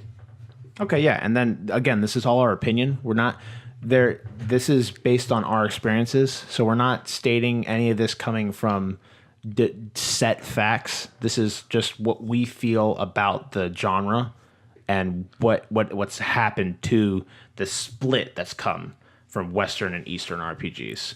What about you, Cam? When you think of the word JRPG, what pops in your head? And even if it's Final Fantasy, what besides basically, what do you think when you think JRPG? Probably Persona. Persona? Yeah. But you guys understand where I'm coming from, where I say, like, usually there's a character that's been designed prior that you are living the world through. Kind of get what I'm saying? Yeah, for sure. Now, what would Borderlands fall into? Because it's not turn-based, but you still kind of do like a lot of grinding to get certain items. Maybe there's like a drop rate for certain rarity. Well, if we look at Borderlands, we have loot systems, skills, and they technically have a attribute allotment with their badass tokens. Yeah. The badass tokens. Yeah. You could increase certain things to build your character a certain way, right? Right. So now that we've seen that it harbors those aspects of an ARPG, we look at the aspects of a JRPG. You're given a story that is led by characters that have been pre-designed. Right. Right? There is no turn-based combat, No. but I'd say, It's more of an FPS than... yeah. And since it branches from an FPS as well, I'd say it fall under an ARPG. And also, if you look at it, it's made from a Western, Yeah, a Western company. Yeah. but which is Gearbox. So I'd say it has more attributes that adhere to an ARPG. Just if you were to ask someone and talk to them about Borderlands, a lot of people wouldn't even say it's an RPG. Just say it's like a first-person shooter with loot aspects to it. But it definitely, again, RPG is such a broad, and the way that the word and the genre has been like flattened and smushed around, it's infected all these other genres. If you look at all the games that come out today, there's always some form of RPG element inside of a lot of these games. Even, well, The loot element is like really spread out there. yeah, I mean, you see a lot of influences of loot, and then What about Dark Souls? Dark Souls is That has a loot element. It's ARPG. It's an ARPG. Like through and through, or like just like kind Again, of like Borderlands, which it is like shows- an FPS with just elements of it. A lot of these games we'll discuss will harbor from both sides. But Dark Souls, a lot of the times that final deciding factor is turn-based based to fluidity. And again, fluidity isn't always just because it's turn-based doesn't mean fluidity can't be achieved, because the flow of battle is very well created in the Shin Megami Tensei series and Persona series, working with elements and there's a flow to battle. And the same thing can be said with Final Fantasy. It's just Final Fantasy is a lot more designed to be open-minded, so you can have a lot of ways to play and run your characters. You could run buffs, debuffs, do certain things, and play the game a certain way to achieve different ways of playing through the game, which you could see based on how you change the difficulty, because the strategy just exponentially increases as you increase the difficulty. And you can see the same thing in Persona. If you go from playing easy and you jump to very hard or merciless, you are running through like huge changes to how the meta for the game is. Whereas easy, you could just smack things to death and not have to worry. You'll have to be running buffs, debuffs. You have to be running evade increases or evade decreases for the enemy. You'll have to be running, again. It gets really technical really fast. Yes, and that increases. And the same thing, Dark Souls is difficult because your life expectancy is very low. So there's a lot of ways to die quickly, which isn't always the case in a JRPG. Again, it depends on the difficulty. So I'd say it falls more of an ARPG, and again, that last defining factor comes down to how the game is played. So I'd say it's definitely an ARPG, even though it is produced by a Japanese company. Again, it's so weird how the RPG genre has been spread amongst everything in the gaming community, and that's because in the early days, it did so well. And they saw that these design aspects worked very well. And because of that, they decided to meld them and morph them with other things to decide if this will work or this won't work. And they've created very good IPs off of that. But it's because of that combination work, almost like an alchemy that they've been doing, where they've been mixing things together and trying to create these perfect concoctions of game design. So it comes down to that as well. Now, so what do you guys think of when you hear the word like Western RPG? Is that Western is ARPG. huh? Like, what's the first thing that comes into your mind? God, that's hard because Yeah, it's a very broad yeah. thing. I'm just saying, like if someone were to ask you, what's an ARPG? Like, what's a characteristic that instantly pops into your head when you think about it? Graphics, Graphics? the way it looks, yeah. Okay. Again, it's our opinion, so everyone has the right to their opinion. Yeah, I think it's just the way it looks and the way it's made, as opposed to like gameplay mechanics when Okay. it's a JRPG. Okay. What about you, Ken? What do you think? I guess it'd be like the way Literally you play like it. 30 feet from the microphone talking. I think it'd be the way you play it. The way you play it? It's Gameplay mechanics. So it comes down Yeah. to that final deciding factor that's of what I would turn-based say. or like free flow movement, because people don't consider Final Fantasy 15 a JRPG, although it is Japanese produced, because of the way the game is played, and it harbors elements of a JRPG. That's why we're talking about this. We're trying to. It might just end up confusing everybody, but we're trying to shed a little bit of light on just what has happened to the RPG genre. And just how spreadly thin it has been, and how it's infected. I mean, again, none of this is bad, because we've gotten a lot of amazing games from this process happening. But when it comes down to it, people end up changing the way they refer to RPGs, RPGs. And again, there's nothing wrong with that, because it's really not that important. We're just trying to get a podcast topic out there. So, and there's a lot to talk about with this. So, oh yeah, there is a ton. so like, I don't want to sound stupid, but like as an example of that, like Sims, Sims for what? What are you thinking like about? just regular Sims, like Well, what is Sims an example of? an RPG. Well, if you're thinking about a normal RPG, an RPG is a game, it, by definition, is a game where you role play. Yeah. So The Sims, in a technicality, harbors some aspects of an RPG, because you are role playing when you do it. Right. RPGs originally started as tabletops, Dungeons and Dragons, stuff like that, Where you role play. You play a role. Yeah, you play a Exactly. role Yeah. and you go through a story made by someone else. But a lot of the aspects that Dungeons and Dragons have are skill allotment, building stats, RNG based loot systems. All these were with the original styles of RPG. And then this kind of fell into when they started making visual mediums with video games. And they took a lot of inspiration from these original aspects, because that's what it made the game fun. And they see that it worked. So it started to get, the spreading started.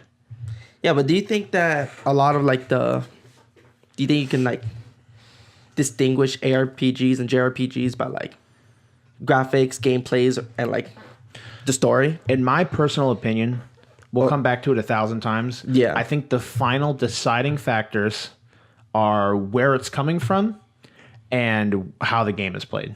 Because when people refer and when issues come about how people refer to games, it's usually based on Who made it?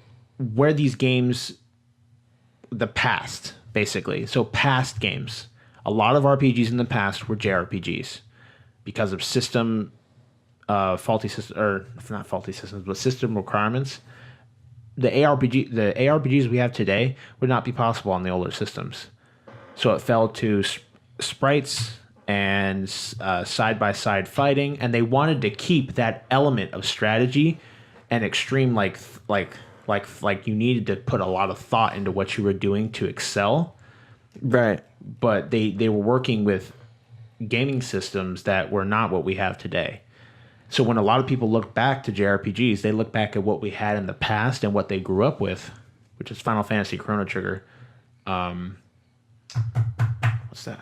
There's another series of games I had in my mind and I lost it. I can't remember. But there's a bunch of them.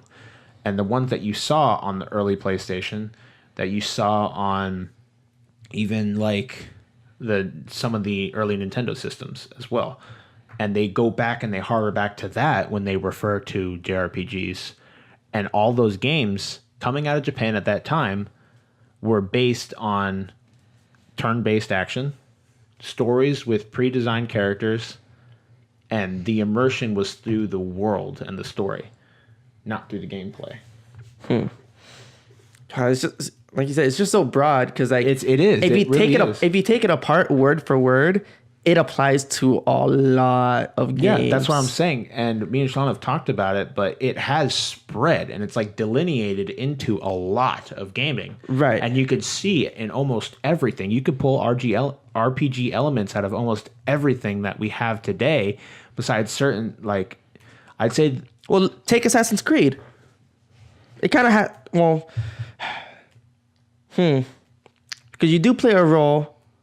That would be. And it's built around a character in a already like pre-made I don't know. story. I wouldn't and there's kind of like a loot system. I wouldn't consider Assassin's Creed to be an RPG. No, I wouldn't either.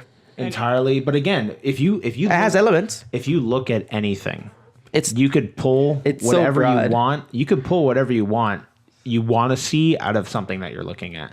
If you want to see RPG elements in something, you can pull them out of it, because every game you play, you're role playing. Yeah. It's like the point. It's escapism. You're trying to get out of your day-to-day routine, and you're trying to be put into a world that's more fantastical than what we have currently.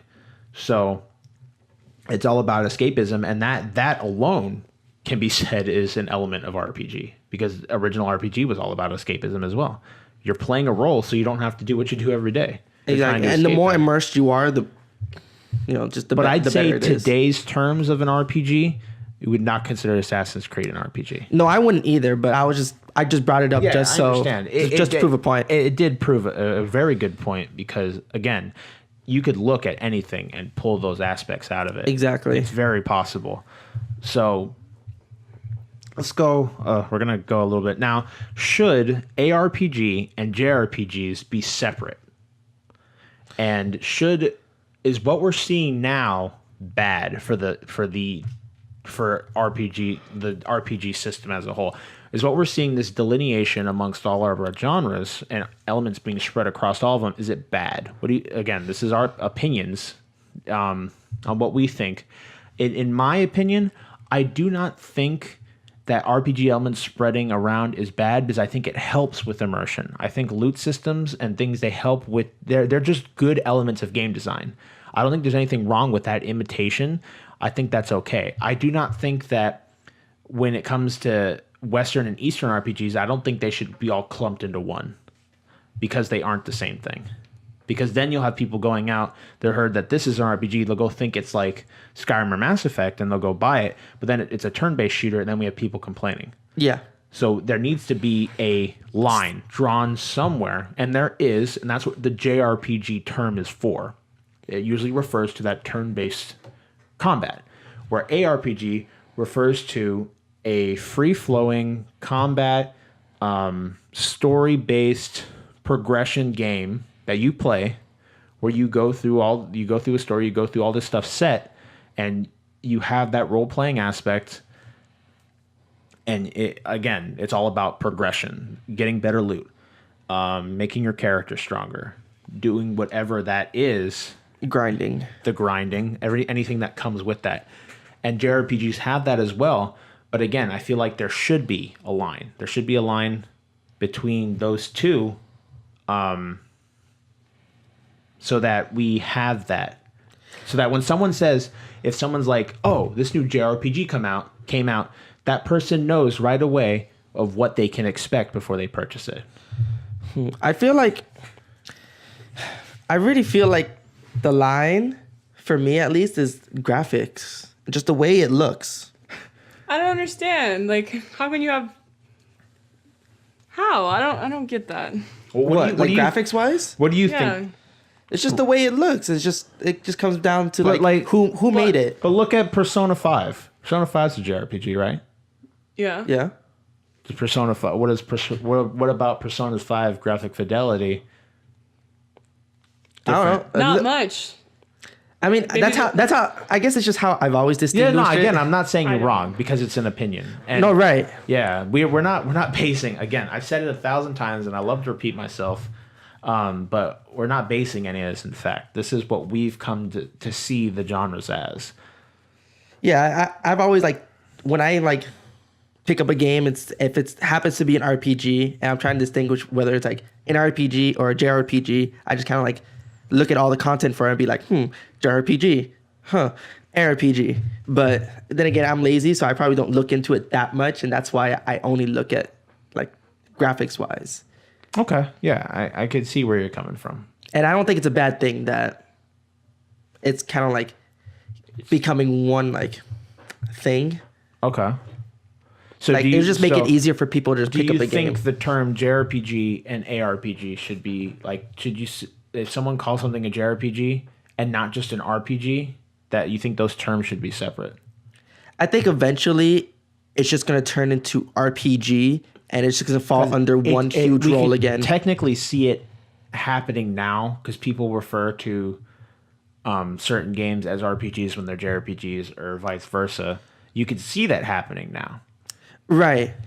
Like, and then now that we see companies or huge names going in the opposite aspect, where we saw Final Fantasy 15, where it took huge inspirations from ARPGs. Now that we see that line is getting thinner and thinner and thinner in our just gaming community. So we do see that happening now. So you'd be again, in your opinion, you'd be okay with the JRPG term being completely gone and just put everything under being called an RPG. Yeah, it would just make it easier for a lot of people just for it to be put under that so they know what to expect. Just have everything put under one name so that it's not so separate. Because there's so many terms. Like I'm looking at a bunch of terms here. Japanese RPG, Korean RPG, Chinese, semi-turn-based RPG, true turn-based RPG, ARPG. There's just so many terms. ARPG is an actual term? I just made that up. ARPG? I didn't think ARPG was an actual term. I just said that for ease of Wait, was RPG, ARPG, like what did you Action put it under? RPG. What? What was that? What the website say? What did it say for ARPG? What did it call it? What was the... does that say action RPG? Is that what that refers to?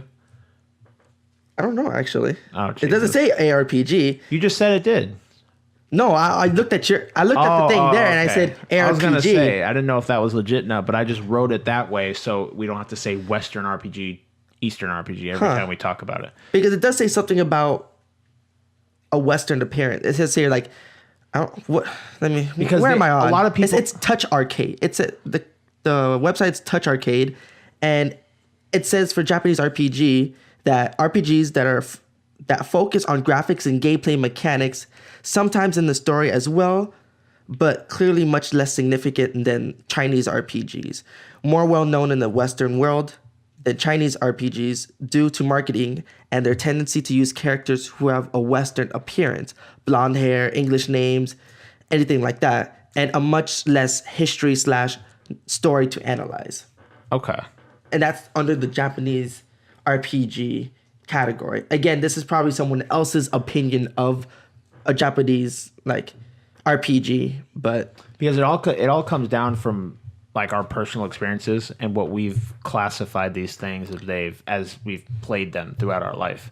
So it again, there is one thing that has a solid line through it. It's MMORPG.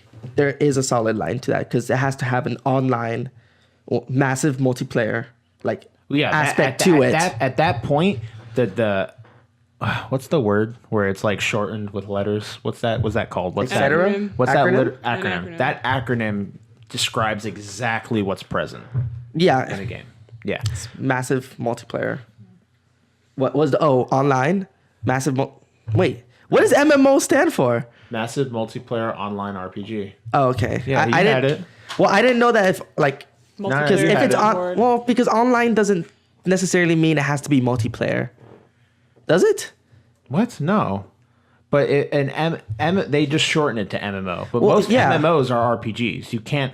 It's hard not to do an RPG that's an MMO. Because then, yeah, you'd just be running around not doing anything. Yeah, exactly. And then if it isn't that, then it's just it's just called a big, I don't know what it's called, but it's just a shooter with a huge world. Right. Or something else along those What was lines. that game that we played for a while? Well, I played for a while because I was never like on, but you guys played it for a while. What was it called? Warframe? Was that the game? Warframe is referred to along with Destiny as a shared world shooter. Shared world shooter.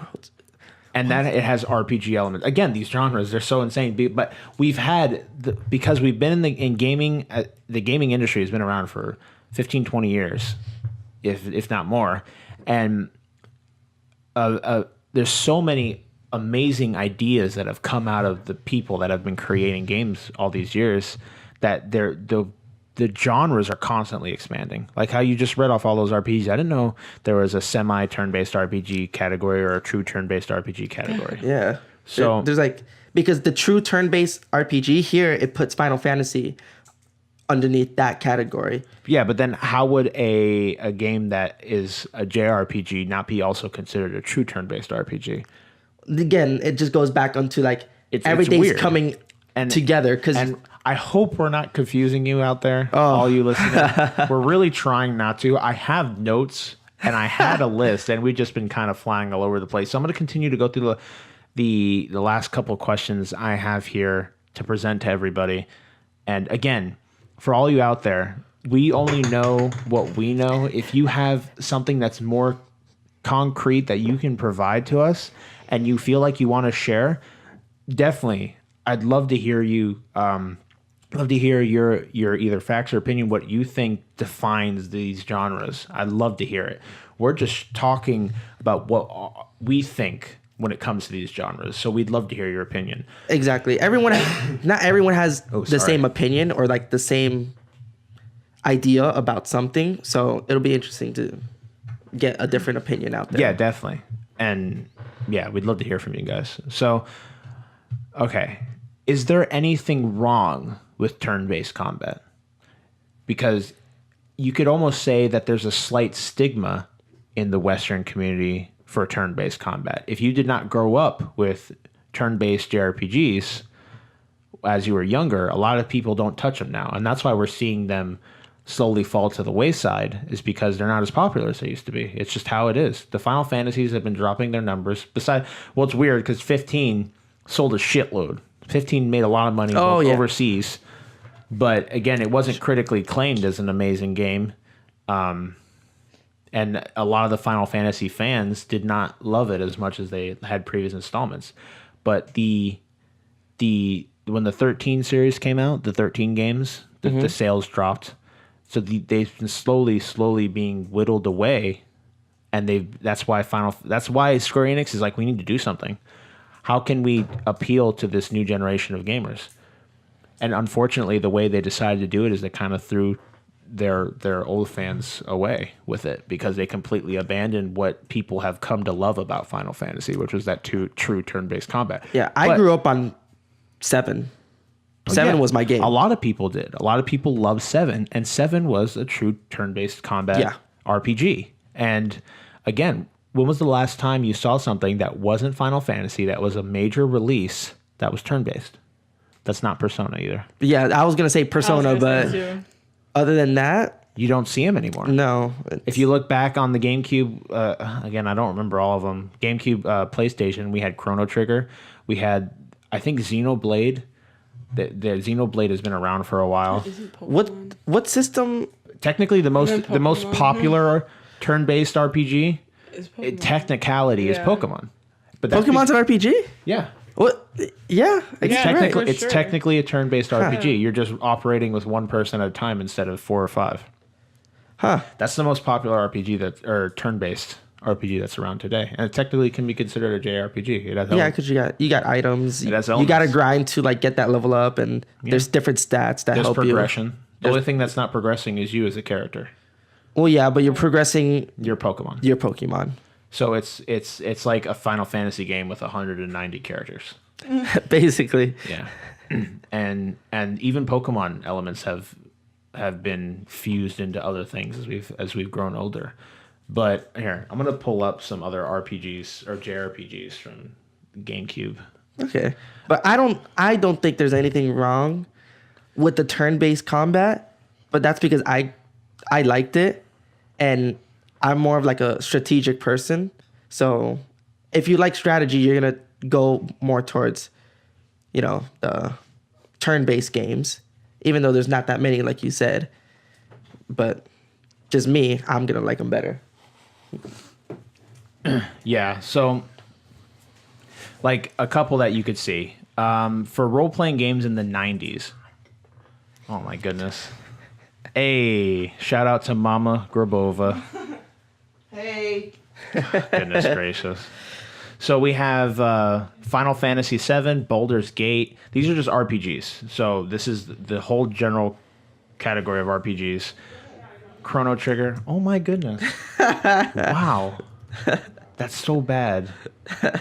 Seek the Secret of Mana. Ultima, Final Fantasy VI, Elder Scrolls, Diablo, Eye of the Beholder. The Earthbound series is considered a turn-based RPG. World of Warcraft? World of Warcraft's an MMO, fam. MMORPG? Or just straight up MMO? It's MMORPG. MMO is shortened for MMORPG. That's World of Warcraft. Xenogears, Chrono Cross, Super Mario RPG. That's a turn-based RPG. So they had Final Fantasy Tactics, but a lot of these they used to be very provincial. There used to be a lot of JRPGs back in the day, and basically RuneScape?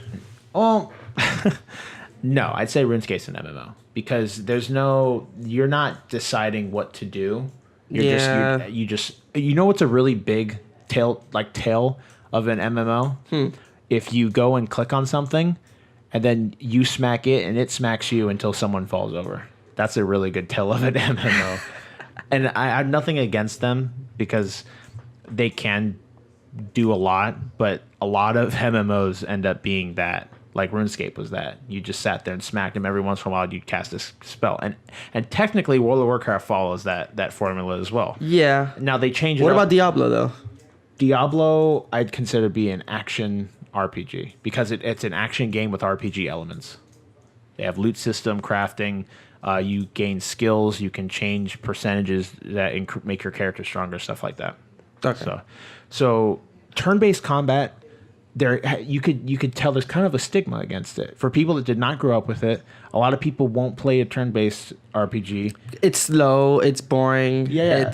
People don't find it as invigorating as Skyrim, where you have more control of your character. Even though that strategy and invigoration is there, but you have to get into it enough.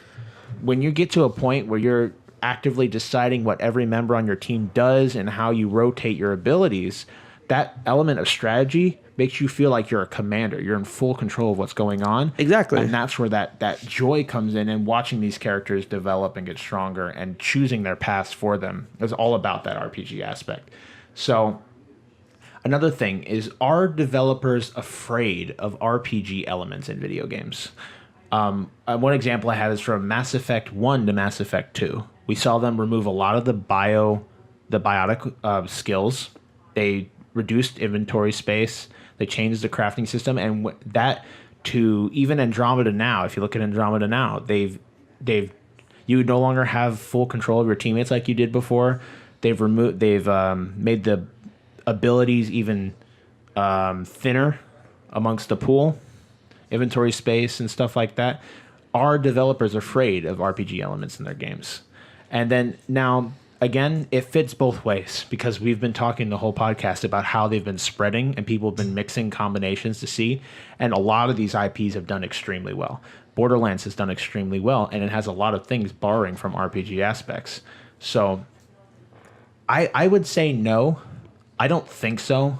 I think the developer just they have to be willing to experiment, and not every developer is willing to do that. A lot of people will just stick with their tried, true, tested formula. And if it works, it works. I'm not going to say to change anything, but it's a lot of awesome things have been created from that experimentation in video gaming. That's how we've gotten to where we are today.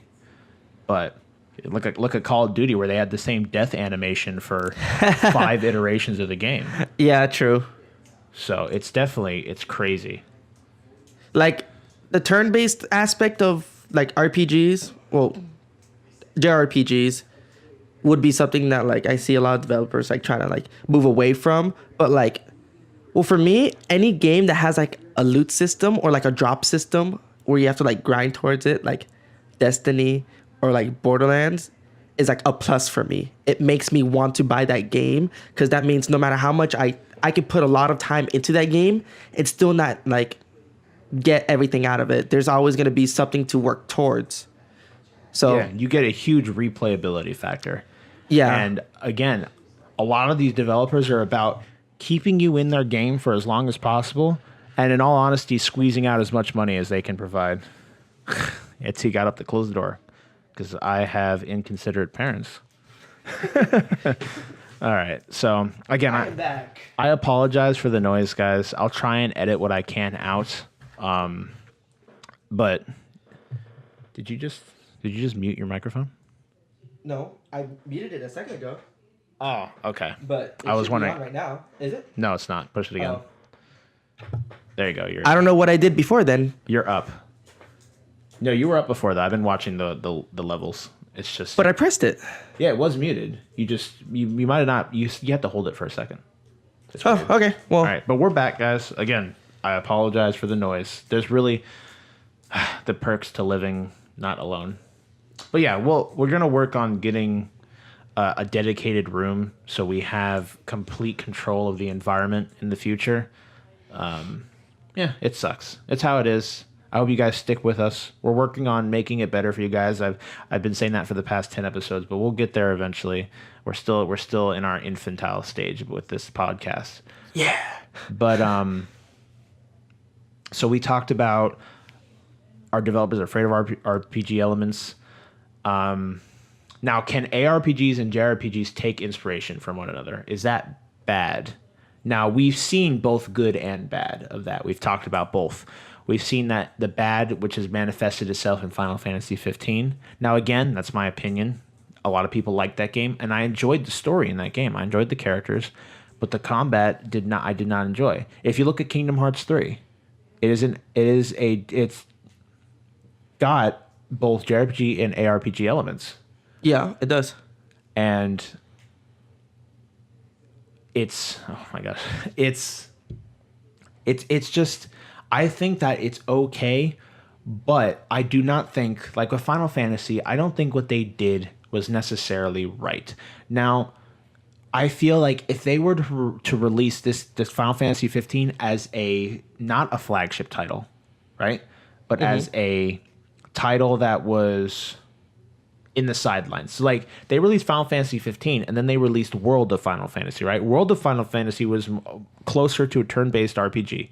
Now, if they flipped the two, had the time and dedication and effort put into World of Final Fantasy, made it a flagship Final Fantasy game, then released a game that was an action RPG game on the side, I think everything would have went a lot better for them PR wise, because they pissed off a lot of people, because it seems as if they completely abandoned this system. The old system. Yeah. And again, if you look at Persona 5 is a perfect, we talked about before, but Persona 5 is a perfect example of how to appeal to new and also to old at the same time. They brought in new people with the marketing and how the game looked, the aesthetic of the game, right? But they maintained the formula of Persona. They did not change the formula of Persona. The Persona formula has stayed the same. They made it a bit more accessible, and the way you progress through the story is not as balls to the wall as the previous Personas were, but they've kept what makes Persona good. They've perfected it over all these years, and they've kept that formula. And all they did was bring in new people to fall in love with that formula through the aesthetics, character design, and it all came in as like a hook to a story. Yeah. And they drew them in, and then the rest of the story is what kept them there. And from everyone I've talked to that's played Persona 5, that's exactly what they've said. I've had people that I've talked to have never played a turn-based RPG before, and they absolutely adore Persona because it's got a lot of character to it. There's a lot of character to Persona, and that's all they had to do with Final Fantasy. They did not have to abandon their turn-based combat. They could have easily appealed to both. It just takes more dedication. Yeah, and I want to say an effort. Yeah. Not to just completely throw one thing to the side and design this whole new thing from the ground up. This game was in development for like 10 years. Yeah. And then this is ultimately what came out. Now, I can't throw all the blame on them because they've ultimately had to redo the game multiple times in the development cycle. So it could have been a product of that as well. But it's just, there needs to be evolving going on. We're not taking steps sideways. We're supposed to be taking steps forward. And with evolving, you're making changes to appeal, but you're not completely destroying the system that's been built up over all this time. So I think the inspiration is okay, but you cannot just take the word JRPG and glue it over the ARPG or vice versa, because if you have a built-up franchise, you can easily destroy what you've built up over all those years and ruin a lot of fans' hopes and dreams. But like their trust that they've built in you as a company, that they expected something cool, like something that they've been playing and had since their childhood. Like imagine a new Mario Odyssey comes out. They've shown all this cool stuff that makes it look like a Mario game. It comes out and it's Call of Duty with a Mario skin. You know how many people would be pissed off about that? If they completely abandoned the Mario platforming adventure aspect and made it a first-person shooter? A lot. But Nintendo wouldn't do that because they know that the system that they've built has gathered fans. It works. And it works. And people like it. And people love it. And that was the same thing for Final Fantasy. And although I understand what they were trying to do, because the interest was dying, they could easily revitalize it. Yeah, definitely. Is that the right word? Revitalize? Yeah. I think so. Okay.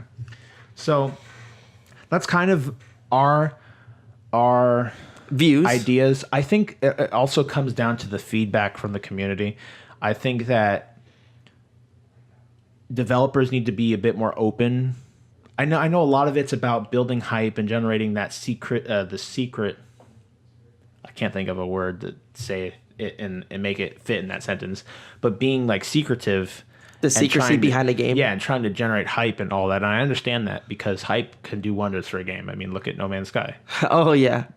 I'm sure they sold a lot. Yeah, but then they after also like lost a lot on refunds. Oh, yeah. Yeah. Wait, they were doing refunds? Yeah, on Steam. Oh, man. Yep, the problems with PS4, you can't get refunds on digital purchases, sadly. Well, I'll probably pick up the game like 10 years from now and be like, wow, this is a shitty game. Oh, man. Revisit the shame. Yeah. But I liked it for what it was. Like, the idea behind it. Yeah, I mean, I still want that. In all honesty, I still want that. Like, a space exploration game. That's cool. I mean, we have Star Citizen coming out soon, but you need a PC. Yeah. But Star Citizen looks awesome. But that's like technically a space exploration MMO. And there's EVE Online right now, which is kind of like its own ecosystem as well. I like the fact that you could go from planet to planet. Seamlessly. And it's not... Yeah, seamlessly. And like... There's not like a cutscene. But with that, the problem that you came is the pop-in was atrocious. Remember like first flying into a planet and you watched the terrain form in front of you? Yeah. Yeah, that's not fun. Yeah, and then sometimes it breaks on that re-entry. Oh, yeah. The game loved to shut down when you hit a black hole. Oh, so, yeah. I know. That's how Antony lost all his progress. Oh, yeah. 40 hours down the drain. Oh, yeah. A black hole. All of it. Never fun. So that's kind of... our take on the JRPG, ARPG, RPG, what's happened to the genres, how they've devolved and how they've spread amongst all the other genres. And again, we've all presented our opinions to you guys. We want to hear from you. If you have any feedback for us, if you have whatever you guys think, because again, there's no right answer for what's going on because we're watching it as it happened. It hasn't happened yet. We're watching it progress. So we're just presenting this as a topic. Again, we were kind of struggling for something on the way in. So, but we definitely created. We presented this little topic to you guys, how we thought is going on with the JRPG Sadly, Shawn couldn't join us. I know he would have loved to talk about this. Oh, But he he was would have definitely had busy. so. Yeah, he would have really loved it. Oh, he would have had so much to eventually say. revisit stuff like this in the future. A couple episodes down, when with him and his full opinion on it as well. But we're coming to the end of our run here. Again, if you guys did enjoy the content, we do produce this podcast weekly. It is on podcasting services as well. You can find it on iTunes and Google Play. And usually we get the episodes out on Mondays. So if you guys have that, yeah, that's our schedule really. We are working on making new content for you guys as well. We do have an after hours podcast that I started last week, which will come out either Wednesday, Thursday.